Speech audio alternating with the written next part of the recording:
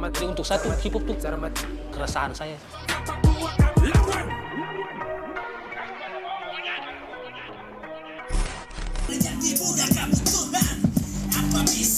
Jangan membayangkan mixer atau piranti modern lainnya. Mereka menciptakan musik di ruang-ruang sempit dan alat-alat yang seadanya. Speaker yang agak lumayan baik dari ini, dengarnya malah jelek.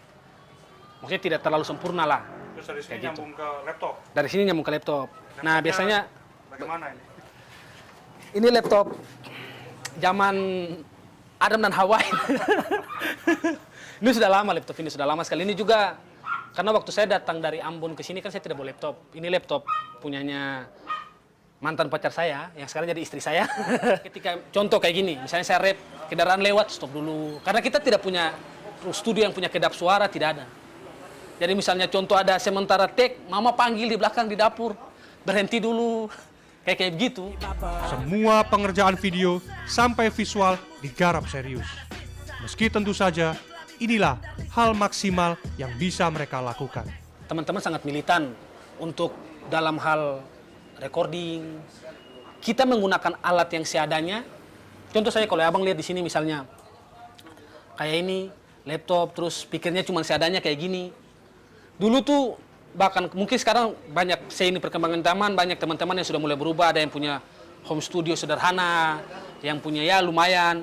Tapi dulu tuh rata-rata semua ada yang pakai earphone hanya untuk recording. Jadi tidak ada mic-nya, cuma pakai earphone jadi dengar, terus edit, recordingnya, mixingnya di situ.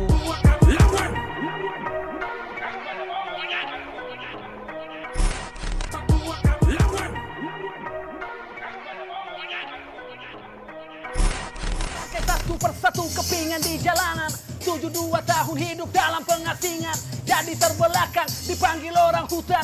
Judul lagu itu 72. Papin MC menciptakan khusus sebagai kado peringatan kemerdekaan Republik Indonesia ke-72.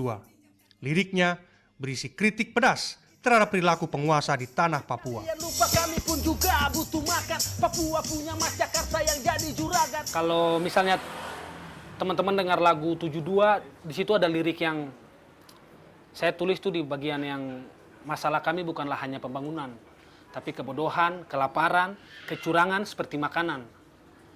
Itu yang selama ini yang saya rasa. Karena kalau misalnya pemerintah gembar-gemborkan kan ke Papua ini lebih banyak ke pembangunannya. Sedangkan banyak aspek di Papua yang belum terselesaikan selain pembangunan itu banyak.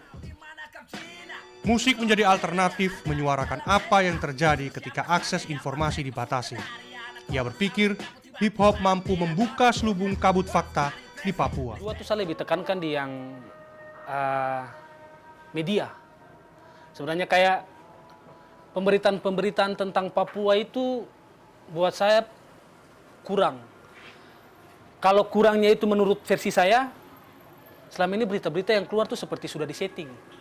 Jadi contoh mungkin kayak macam misalnya kebebasan pers di Papua, misalnya ada pers asing mungkin mau datang atau lihat Papua seperti apa, kehidupan masyarakatnya atau isu-isu sosial yang ada di Papua. Tapi kayak mungkin dibatasi. Itu kalungnya Mas. Sekalipun kami tinggal di tempat yang punya banyak emas, ini bukan emas. Ini bagian dari identitas saja sih. Kadang-kadang saya pakai ini juga ketika manggung, kadang-kadang sindiran. Jadi ketika dalam liriknya saya bilang tidur atas emas, saya tunjukkan ini tapi kami tak punya emas, seperti itu sih. Musik, lirik, dan kritik. 3 kata itulah yang mewakili lirik-lirik lagu banyak rapper Papua. Musik menjadi medium, kekuatan lirik adalah cermin isi hati, dan kritik menjadi ruh kekuatan mereka dalam berekspresi. Hip hop mengisi kekosongan generasi musisi di Papua setelah bubarnya Mambesak, grup musik legendaris Papua yang diampu almarhum Arnold Up di era 1970-an. Mambesak menyulut napas para rapper Papua berkarya. Spirit Mambesak mereka tumpahkan lewat jalur rap, sekalipun jenis musik ini jauh berbeda dengan Mambesak. Yang bisa menyatukan itu adalah spirit yang Mambesak tinggalkan untuk kita generasi musisi di tanah Papua. Dan kita coba untuk di musik hip hop ini, khususnya rap, lewat lirik-lirik coba untuk kita gali. Jadi yang ditinggalkan oleh Mambesak kita daur ulang lirik-liriknya kita jadikan itu sebagai tema baru lagi, mungkin dari satu baris lirik kita mengembangkan jadi satu lagu baru lagi. Epo lalu mendirikan trap atau tradisional rap Papua, genre rap dengan kearifan lokal Papua. Karya Epo memiliki ciri kuat tentang Papua, baik dari lirik maupun simbol-simbol lain yang dipakainya.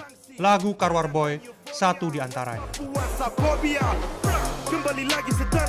Di Karwar Boy ini saya mengangkat fenomena Karwar Boy sekaligus membranding bahwa kamilah generasi Karwar yang ada di zaman modern dan yang punya pengaruh lewat musik rap. Kami mungkin dan sudah punya pengaruh untuk tanah Papua dengan pesan-pesan dari lirik, visual, simbol-simbol semiotika yang kami bawa lewat kalter-kalter Papua yang kami sampaikan.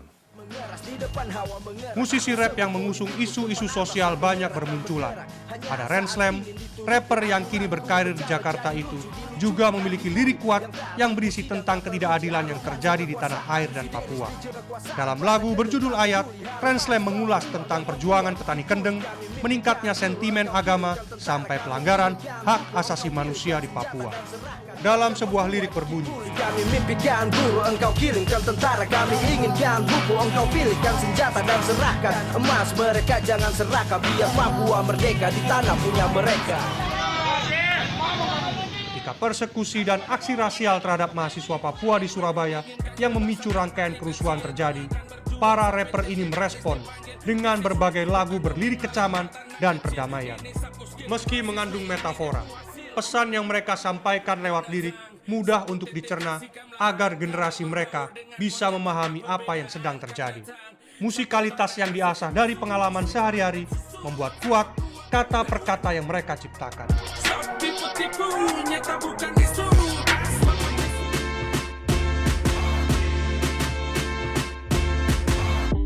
Jadi untuk satu hip hop tuh keresahan saya.